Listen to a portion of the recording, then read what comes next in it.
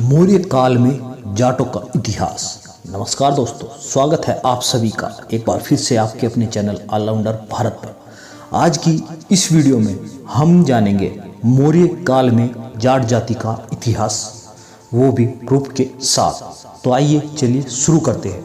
Point number 1, Maurya एक जाट गोत्र है और इसके अलावा जाटों में खव्य मौर्य नामक गोत्र भी पाई जाती है, जो कि किसी भी अन्य जाति या समुदाय में नहीं पाई जाती, जिसका अंग्रेज में अर्थ है लास्ट मौर्याज।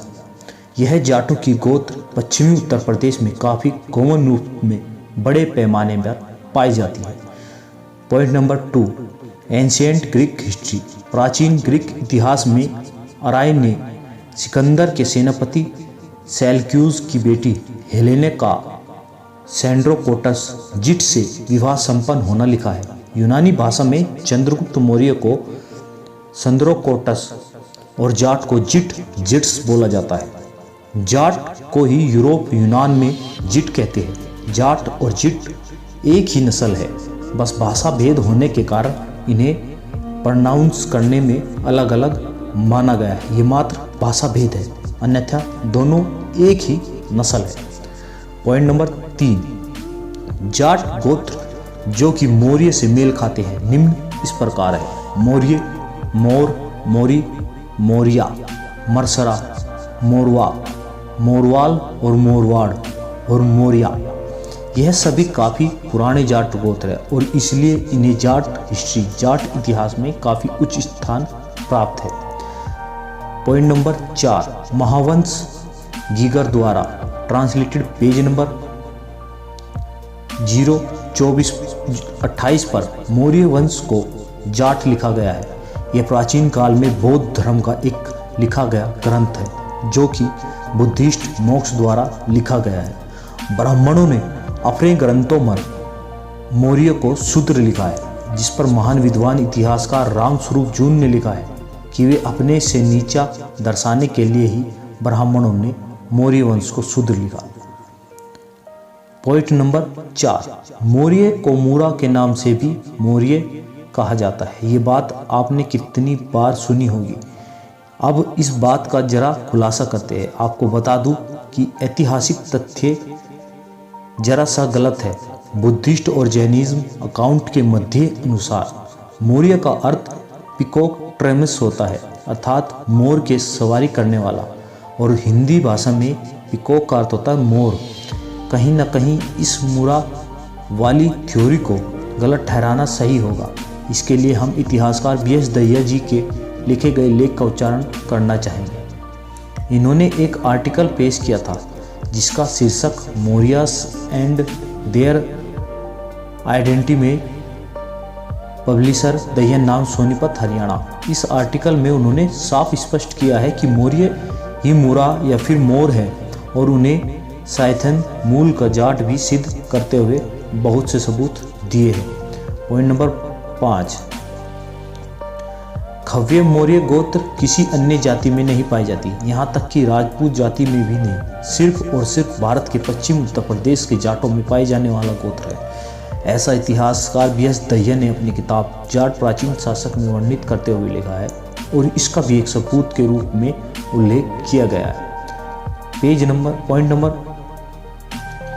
6, चंद्रगुप्त मौर्य, इनको बहुत से प्राचीन ग्रंथों में, जिनमें भारतीय अभिलेख भी शामिल है, जैसे कि दिव्यादन और भी बहुत से प्राचीन किताबें में चंद्रगुप्त मौर्य को चंद्रगुट्टा लिखा गया है।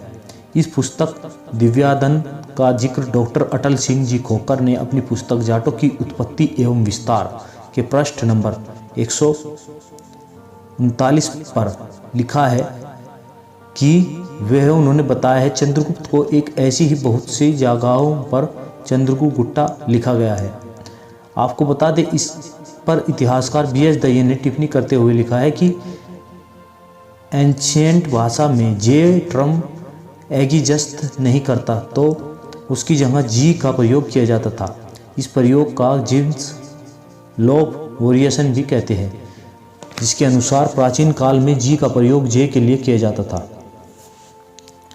पॉइंट नंबर 7, इसी किताब दिव्या दान में चंद्रगुप्त को चंद्रगुटोटी में लिखा गया है। इसे गुट्टी, गुट्टो, जुट्ठी, जट्ठी, जाट का रूप है। पॉइंट नंबर 8, परशुपर के स्नूफर पुरक के अनुसार हमें मौर्य और जथरी इंस्क्रिप्शन प्राप्त होता है। जथरी का अर्थ है जठराना से होता है, आसान भाषा में जाट से होता है। इस बात का जिक्र रिटायर्ड IAS अफसर लक्ष्मण मुद्रक जी ने भी किया है। पॉइंट नंबर 9, मौर्य लोग क्षत्रिय थे, इस बात में कोई भी संदेह नहीं है। इसका संदर्भ हमें बहुत सी पुरानी बुद्ध किताबों जैसे महावंशा आदि से प्राप्त होता है। इसके अतिरिक्त उस वक्त क्षत्रिय वर्ण में ऐसी कोई भी जाति नहीं थी जिसमें मौर्य गोत्र पाई जाती है। आज भी जैसे कि राजपूत, लेकिन उस वक्त राजपूत नामक कोई जाति थी ही नहीं। भविष्य पुराण में लिखित है इस जाति की उत्पत्ति ईसा 600 या 700 शताब्दी के आसपास हुई। आबू पर्वत अग्निकुंड पुष्टि यज्ञ के तहत हुई थी। पॉइंट नंबर 11, विद्वान A.K. मित्तल कोई जाट नहीं है, लेकिन उन्होंने किताब political and cultural history of India पर लिखा है। टॉपिक का उल्लेख और चेक कर सकते हैं, जिसको आप देख भी सकते हैं। Point number 12, the father of Indian travel research के नाम से जाने जाने वाला महान विद्वान स्कॉलर राहुल सांकतयायन ने अपनी पुस्तक बौद्ध दर्शन के पृष्ठ 16 पर महावंश और तत्व प्रकाशनी का संदर्भ देते हुए और बहुत सी सबूतों के साथ सिद्ध करते हुए मौर्य को जाट वंश माना है।